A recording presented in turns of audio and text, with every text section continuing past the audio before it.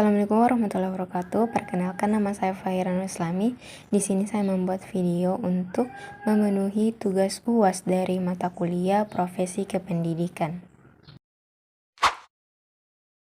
Baik, dalam video kali ini kita akan membahas mengenai materi-materi profesi kependidikan dengan beberapa materi, yakni yang pertama pengertian profesi kependidikan, syarat-syarat profesi kependidikan dan juga landasannya. Yang kedua, standar kompetensi profesi kependidikan. Yang ketiga, strategi pengembangan profesi kependidikan. Keempat, rasional tentang profesionalitas. Yang kelima, jenis-jenis profesi serta tugas dan tanggung jawabnya. Yang keenam, etika profesi kependidikan. Yang ketujuh, pemanfaatan teknologi pendidikan sesuai bidangnya. Yang kedelapan, prinsip dan teori profesi kependidikan. Yang kesembilan, manajemen sekolah. 10, profesi pendidik. Yang ke 11, organisasi profesi pendidikan dan tenaga kependidikan. Yang ke-12, layanan khusus. Dan terakhir, pendidikan non-formal. Baik, langsung saja kita ke materi pertama, yakni pengertian profesi kependidikan dan syarat-syarat profesi kependidikan juga landasannya. Baik, kita harus tahu apa sih yang dimaksud dengan profesi kependidikan. Jadi, profesi kependidikan adalah suatu tenaga kependidikan yang memiliki peranan penting dalam menunjang penyelenggaraan pendidikan yang meliputi tenaga pendidik dan tenaga kependidikan yang dalam mekanisme kerjanya dikuasai oleh kode etik. Adapun landasan profesi kependidikan ada dua. Yang pertama itu Pancasila sebagai sumber dari segala gagasan mengenai wujud manusia dan masyarakat yang dianggap baik, sumber dari segala sumber nilai yang menjadi pangkal serta muara dari setiap keputusan dan tindakan dalam pendidikan. Dengan kata lain, Pancasila sebagai sumber nilai dalam pendidikan. Yang kedua yaitu Undang-Undang Dasar Republik Indonesia Nomor 2 Tahun 1989 tentang Sistem Pendidikan Nasional. Adapun syarat-syarat profesi kependidikan yaitu jabatan yang melibatkan kegiatan intelektual, jabatan yang menggeluti batang tubuh ilmu yang khusus, jabatan yang memerlukan persiapan profesional yang lama, jabatan yang memerlukan latihan dalam jabatan yang berkesinambungan, jabatan yang menjanjikan karir hidup dalam keanggotaan yang permanen, jabatan yang menentukan baku atau standarnya sendiri, jabatan yang lebih mementingkan layanan di atas keuntungan pribadi, dan jabatan yang mempunyai organisasi profesional yang kuat dan terjalin erat. Baik, materi selanjutnya itu bagaimana standar kompetensi profesional kependidikan. Nah, teachers kompetensi atau kompetensi guru merupakan kemampuan seorang guru untuk melakukan tugas dan kewajibannya dengan layak dan bertanggung jawab. Kompetensi profesi kependidikan terbagi menjadi 4. Yang pertama, kompetensi kepribadian. Kompetensi kepribadian adalah kemampuan personal yang dapat mencerminkan kepribadian seseorang yang dewasa, arif, dan berwibawa, mantap, stabil, berakhlak mulia, serta dapat menjadi teladan yang baik bagi peserta didik. Kompetensi kedua itu kompetensi pedagogik. Kompetensi pedagogik yaitu kemampuan seorang guru dalam memahami peserta didik, perencanaan dan pelaksanaan pembelajaran, pengembangan peserta didik, dan evaluasi hasil belajar serta peserta didik untuk mengaktualisasi potensi yang mereka miliki. Yang ketiga itu potensi sosial. Potensi selanjutnya adalah potensi sosial, di mana kemampuan yang dimiliki oleh seorang guru untuk berkomunikasi dan bergaul dengan tenaga kependidikan peserta didik, orang tua peserta didik, dan masyarakat di sekitar sekolah. Yang keempat, kompetensi profesional. Kompetensi guru yang terakhir yaitu kompetensi profesional, di mana penguasaan terhadap materi pembelajaran dengan lebih luas dan mendalam, mencakup penguasaan terhadap materi kurikulum, mata pelajaran, dan substansi ilmu yang menaungi materi pembelajaran dan menguasai struktur serta metodologi keilmuannya. Baik, materi selanjutnya itu strategi pengembangan profesi kependidikan. Pengembangan profesionalisme guru merupakan dampak dari adanya globalisasi yang menuntut harus dapat memenuhi perubahan ilmu pengetahuan dan teknologi. Guru sebagai aktor utama dalam keberhasilan pembelajaran harus melalui pengembangan keprofesionalannya. Agar dapat meningkatkan mutu pendidikan, hal ini perlu didukung oleh semua elemen baik dari pemerintah, dinas pendidikan, organisasi profesi, dan kepala sekolah. Selanjutnya itu rasional tantangan profesionalitas. Guru dihadapkan pada problem-problem lain yang saling berkaitan, misalnya metode pembelajaran yang masih klasikal, minimnya peningkatan SDM dalam diri pendidik, dan kurangnya literasi teknologi. The World Most Literate and tahun 2016 merilis daftar peringkat literasi skala dunia. Penelitian dilakukan oleh Johann W. Miller, Presiden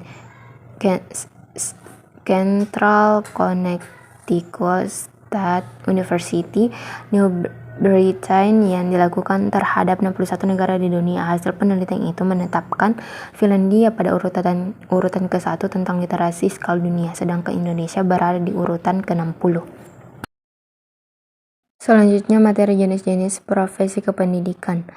Yang pertama dosen, yang kedua guru, yang ketiga fasilitator, yang keempat konselor, yang kelima instruktor, yang keenam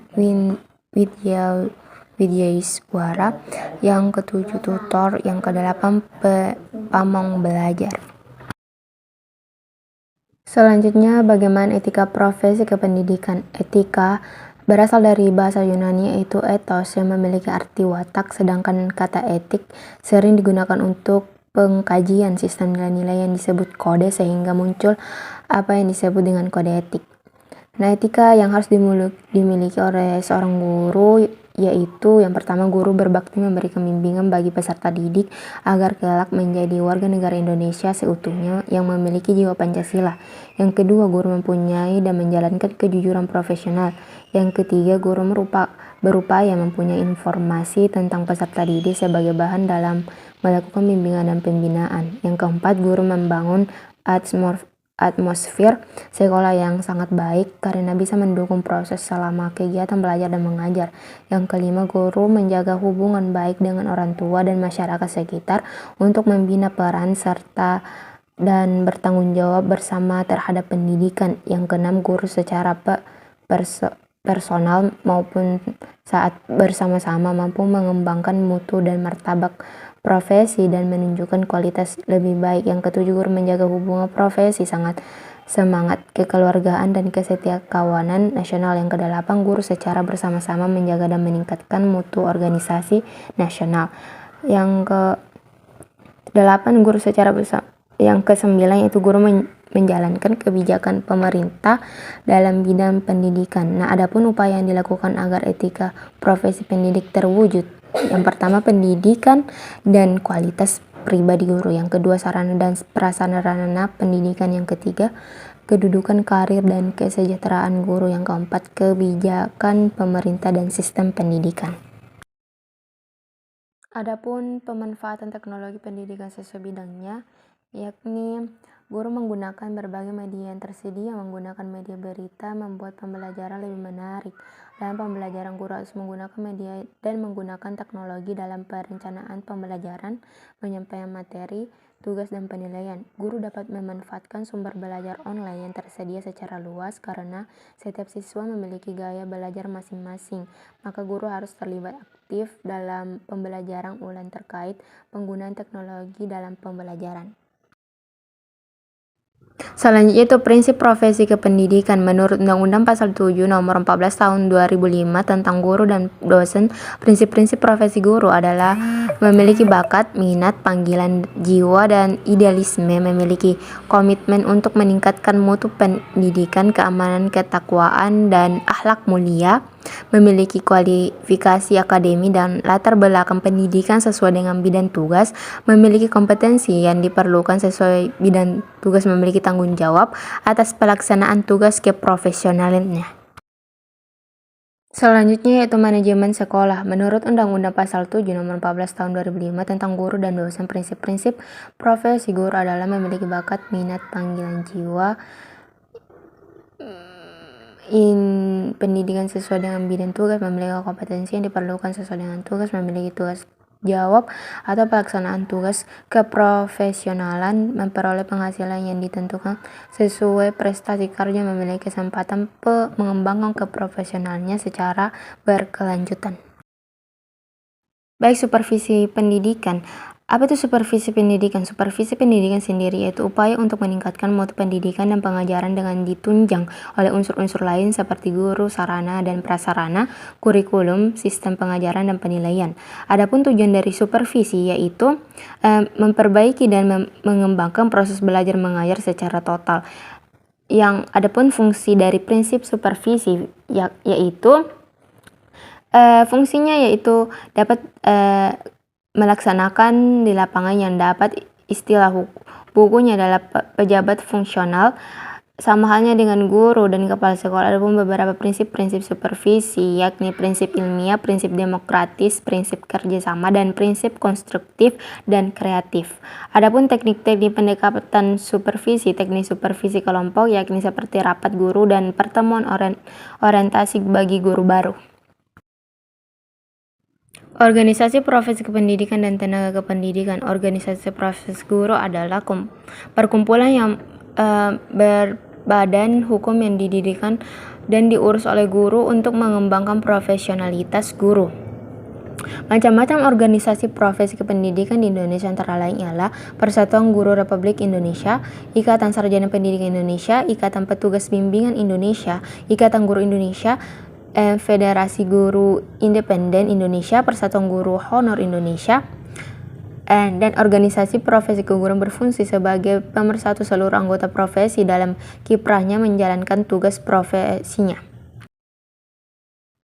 Selanjutnya itu bimbingan dan konseling. Bimbingan dan konseling adalah proses interaksi antara konselor dan konseli, baik secara langsung maupun tidak langsung, dalam rangka untuk membantu konseli agar dapat mengembangkan potensi dirinya ataupun memecahkan permasalahan yang dialami. Dapat kita lihat di PPT tersebut.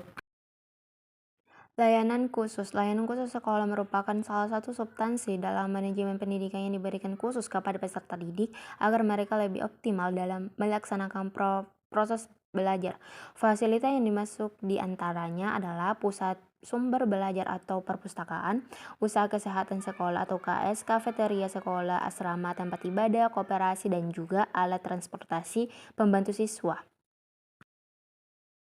Pengertian dan tujuan pendidikan non-formal. Pendidikan non-formal merupakan jalur pendidikan di luar pendidikan formal untuk melayani kebutuhan pendidik masyarakat dalam rangka meningkatkan pengetahuan, keterampilan, sikap, dan nilai, dilaksanakan secara berjenjang dan berstruktur dengan sistem yang luas, fungsional, dan mengembangkan kecakapan hidup untuk belajar sepanjang hayat. Adapun tujuan utama dari pendidikan non-formal adalah untuk melengkapi, menambah, atau mengganti dari pendidikan formal, serta memiliki fungsi penting dalam mengembangkan potensi belajar melalui penguasaan pengetahuan dan keterampilan fungsional serta pengembangan sikap dan kepribadian yang profesional.